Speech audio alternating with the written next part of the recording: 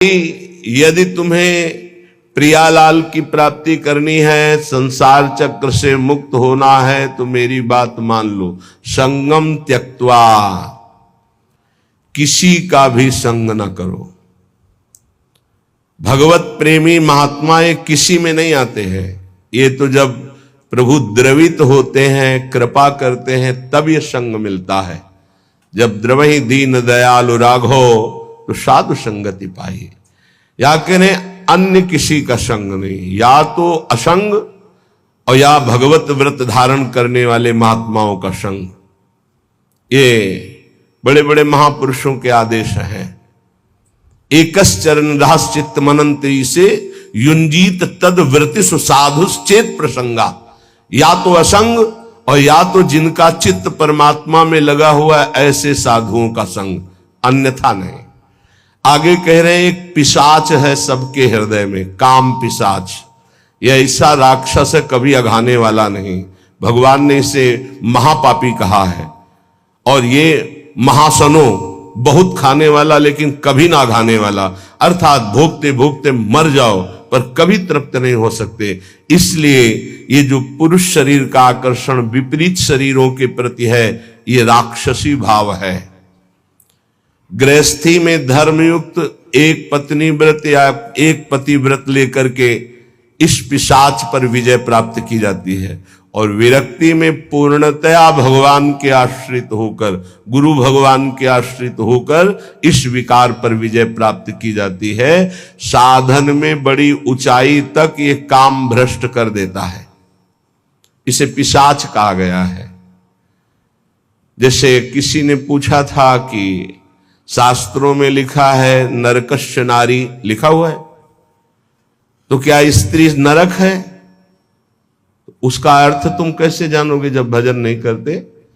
उसमें लिखा हुआ है कि जो तुम्हारी काम भावना स्त्री के प्रति गंदी है ना, तुम्हें नरक ले जाएगी।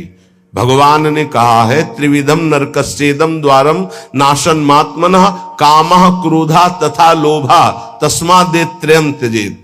तुम उनमें मां भाव, देवी भाव ये नहीं कर सकते हो। तुम उनमें भोग्य भाव करोगे तो नरक पहुंचोगे। ये लिखा है नरकस्य नारी। जो नारी के प्रति काम भोग की भावना से देखता है सब माताओं बहनों की तरफ, उसका नरक जाना निश्चित है। अशुभ गति को व्यभिचारी प्राप्त होता है। जो शास्त्रों की भाषा को नहीं समझते हो, शास्त्रों के प्रति अंगुली उठाने लगते, उसमें ऐसा लिखा है। ये बड़े बड़े देशभक्त, बड़े बड़े भगवत भक्त इन्हीं माताओं से प्रकट होते हैं। हमारे भाव को पिशाच कहा गया है। ये देखो, पिशाच चढ़ जाता है तो कैसा राक्षस होता है, कैसा व्यवहार करता है। उस सृष्टि में आप आंख खोल के देख लो। मनुष्य कोई ऐसा कर सकता है? राक्षस करता है, पिशाच करता है। ये काम पिशाच है। ये चढ़ जाए तो पूज्य और जिनका हम रक्षण करना चाहिए उनका शोषण प्रारंभ कर देता है। ये ऐसा नीच है, भगवान बचावे। बहुत ही पापी है, बहुत ही खाने वाला, कभी ना घाने वाला, इसलिए इसको कहा गया है।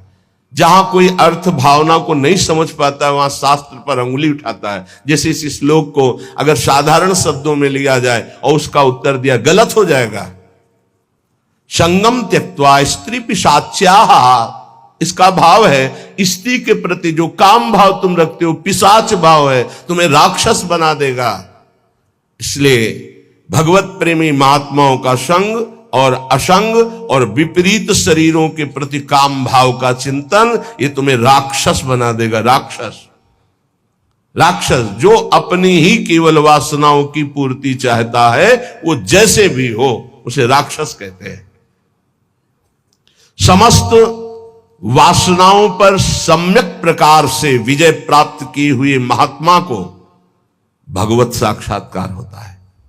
जिसे एक बार भगवत साक्षात्कार हो जाता है, वो जिधर देखता है उधर वही दिखाई देते हैं। रूप छके घूमत रहे, तन को तनिक न भान, नारायण दीर्घ जल भाई यह प्रेम पहचान।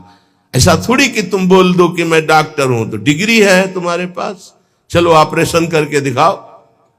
सम्यक रूप से तब माना जाएगा। ऐसे ही तुम भगवत साक्षात्कार की हो तो काम क्रोध लोभ मोह मद मत्सर इनके विजेता होगे, मान अपमान निंदा स्तुति इनको समान समझने वाले होगे। तभी कह रहे सम्यक रूप से समस्त वासनाओं का मूलच्छेद करके जो दैव के द्वारा प्राप्त प्रारब्ध के द्वारा प्राप्त शरीर पोषण को करते हुए देह यात्रा का निर्वाह करते हुए रात दिन भजन करता है, उसके हृदय में प्रेम प्रकाशित होता है। फिर ध्यान दीजिए, संगम त्यक्त्वा, समस्त संगों का त्यागी कहां से होता है? भगवत प्रेमी महात्माओं के संग से। सर्व संगो पहो ही माम, संतों का संग सब संगों का त्याग करा देता है। फिर कह रहे स्त्री पिशाच्याहा, ये जो पिशाच भाव राक्षस भाव माताओं बहनों के प्रति या प्रतिकूल शरीरों के प्रति भोगने का है, ये तुम्हारी दुर्गति कर देगा, इसका त्याग करो। सम्यक रूप से समस्त वासनाओं का मूलच्छेद करके देह निर्वाह के लिए जो भगवत विधान से होता है उसको महलों में रखे चाहे झोपड़ी में वास दे, कोई इच्छा नहीं, ऐसी देह यात्रा का निर्वाह करते हुए वो महापुरुष भगवत साक्षात्कार के योग्य हो जाता है, उसके हृदय में प्रीति प्रकाशित हो जाती है। ना कुरु न वद,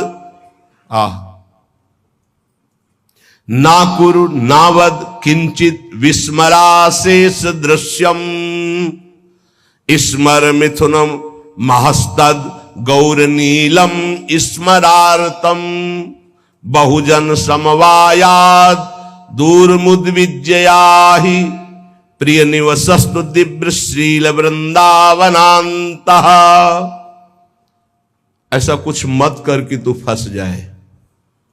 कितने कृपालु हैं हमारे गुरुजन महापुरुष, बड़े प्यार से कह रहे हैं कि तू अभी समझता नहीं है। विषय चुगा जिन चुगय मन, चुगत कछुक सुख होए, फिर फांसी ऐसी लगे तेईसम दुख न को। आपको भोगने में तो लगता है बहुत अच्छा है, लेकिन उसके अंदर जो आसक्ति रूपी कांटा है वो जब फंस जाएगा तो तड़पड़ाओगे, तड़पोगे, निकल नहीं सकते। ये ऐसा दलदल है कि गुरु कृपा निकाले या हरि कृपा निकाले, दूसरा निकाल नहीं सकता, पक्का समझ लीजिए। जानते हुए भी कि ये गलत है, नहीं करना चाहिए, आप वही करोगे। यदि आपके हृदय में गुरु चरणों का आश्रय और नाम जप नहीं तो तुम्हारी ताकत नहीं कि तुम रुक जाओ। कह रहे ना करो, ऐसा कुछ मत कर कि तू फंस जाए, फिर निकलना मुश्किल हो जाए। श्री जी की कृपा ही निकालती है, ये पक्की बात समझ लो। श्री जी की कृपा निकालती है। जो भरोसे पे है वो कभी डूब नहीं सकता। जो गुरुजनों का भरोसा लिए वो कभी नहीं डूब सकता है। विश्वास रखो, चाहे जितना पतित हो गया हो, चाहे जितना नीचे गिर गया हो, एक दिन वो चमकेगा। जैसे नाव बहुत बढ़िया है लेकिन खेवैया नहीं है, तो नाव जर्जर हो और खेवैया चतुर हो तो निकाल ले जाएगा, विश्वास करो, निकाल ले जाएगा। माना आप साधनहीन बहुत पतित हो लेकिन गुरुदेव का आश्रय ले लिया। बहुत बड़े महापुरुष श्री संत पलटू जी बहुत बड़े नाम जापक रहे, बहुत बड़े नाम जापक, रात दिन उनके हृदय में नाम चलता। पूज्यपाद उड़िया बाबा जी विशेष आदर करते थे श्री पलटू साहब का। वो कह रहे नाव मिली केवट नहीं, कैसे उतरे पार, कैसे उतरे पार, पथिक विश्वास न आवे। महापुरुषों के वचन बहुत ध्यान से सुनिएगा। नाव मिली केवट नहीं, कैसे उतरे पार, कैसे उतरे पार, पथिक विश्वास न आवे। लगे नहीं वैराग्य यार, कैसे कह पावे। मन में धरे न ज्ञान, नहीं सत्संगति रहनी। बात करे नहीं कान, प्रीति बिन जैसी कहनी।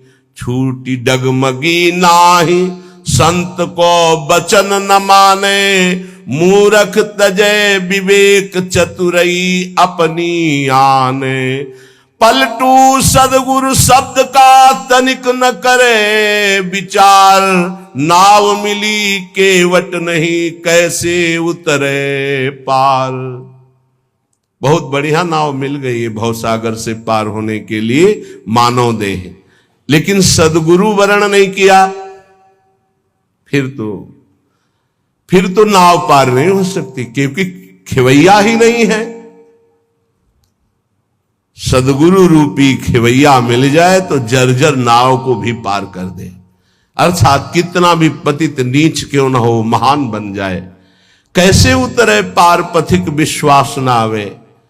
अये संसार सागर से पार जाने वाले पथिक, तुझे विश्वास ही नहीं है कि गुरु रूपी खवैया ही संसार समुद्र से पार करता है।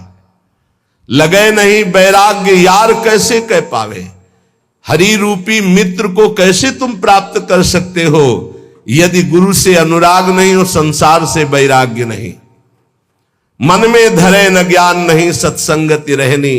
जो सत्संग सुनते हो मन में धरते नहीं हो, वैसी रहनी नहीं है तो बात करे नहीं कान प्रीति बिनु जैसे कहनी। लाखों बातें करो बातन प्रीति न होई सखीरी। बातों से काल पर विजय प्राप्त नहीं कर सकते, बातों से माया पर विजय प्राप्त नहीं कर सकते, बातों से काम क्रोध पर विजय प्राप्त नहीं कर सकते। सत्संग में जो सुना, गुरुदेव ने जो नाम मंत्र दिया, वो तो तुम स्वीकार नहीं कर रहे, अर्थात निरंतर जप नहीं रहे। छूटी डगमगी ना ही संत को वचन न माने। तुमने संत की आज्ञा का पालन नहीं किया, इसलिए तुम्हारी नाव डगमगा करके भंवर में फंस रही है। मूरख तजय विवेक चतुरई अपनी आने। विवेक है नहीं, बड़े बुद्धिमान बनते हो, फंस जाओगे। पलटू सदगुरु शब्द का ये बहुत बड़ा विजय का पताका है, सदगुरु द्वारा दिया हुआ नाम मंत्र। ध्यान रखना, सदगुरु का शब्द कोई साधारण नहीं है। उनका शब्द ऐसा महान शक्तिशाली है कि माया का अंधकार नष्ट होता चला जाएगा। अज्ञान तिमिरांधस्य ज्ञानांजन शलाकया चक्षुरुन्मीलितं येन तस्मै श्री गुरुवे नमः। बंदो गुरुपद कंज कृपा सिंधु नर रूप हरि, महामोहतम पुंज जासु बचन बचन रवि कर निकर। बस गुरु के शब्द पर ध्यान दे दे। पलटू सदगुरु शब्द का तनिक न करे विचार, तो नाव मिली केवट नहीं कैसे उतरे पार। मत करो ऐसा कोई कर्म जिससे तू फंस जाए। धोबिया फिर मर जाएगा चादर लीजे धोए। ये बहुत सुंदर मानव देह मिला है, बहुत गंदगी में इसको डुबो रहे हो, मन मानी आचरण कर रहे हो, बहुत भोगना पड़ेगा। अभी समझ में नहीं आ रहा है, अभी इसलिए समझ में नहीं आ रहा कि समय है। चाहे जो बोलो, चाहे पाप कर्म बोलो, चाहे पुण्य कर्म, कोई बोलने वाला नहीं तुम्हें। लेकिन जब फसल काटोगे तब पता चलेगा तुमने बोया क्या था। माना कि अब फसल में बहुत बढ़िया आम और अंगूर की बेल लगा दी, लेकिन पीछे बम्बूल बोए हो तो आम खाने को अभी नहीं मिलेंगे। ये आगे की फसल है, अभी काटो पीछे की फसल। इसीलिए बड़े बड़े साधकों को, संतों को देखा जाता है शारीरिक दंड भोगते हुए, क्योंकि वो पिछली फसल है। तो तुम कैसे बच जाओगे? तुम दान पुण्य करके बच जाओगे? नहीं, इसलिए अभी समय है, अभी समय है। धोबिया फिर मर जाएगा चादर लीजे धोए। डंके की चोट में कबीरदास जी कहते हैं, चदरिया झीनी रे झीनी, हमको जैसी दी थी वैसी की वैसी धरी दीनी, चदरिया झीनी रे झीनी। आज तक इस चादर को कभी गंदा दाग नहीं लगने दिया। हे हरि, जैसा दिया था वैसा वापस। चादर लीजे धोए, मैल है बहुत समानी, बहुत जन्मों से तुम्हारे मन में गंदगी भरी है। चल सदगुरु के घाट, भरा जा निर्मल पानी। इस मन तन बुद्धि, इनकी गंदगी कहां धोई जाती है? सदगुरु के दरबार में। चल सदगुरु के घाट, भला जान निर्मल पानी, निर्मल पानी ज्ञान। ऐसा नहीं करना चाहिए, ऐसा करो, ऐसा नहीं करना चाहिए।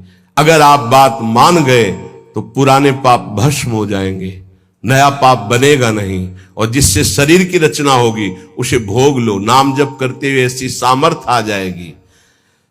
चादर भई पुरानी, दिनों दिन बार न की जाए, देर मत कर, पता नहीं कब मर जाएगा,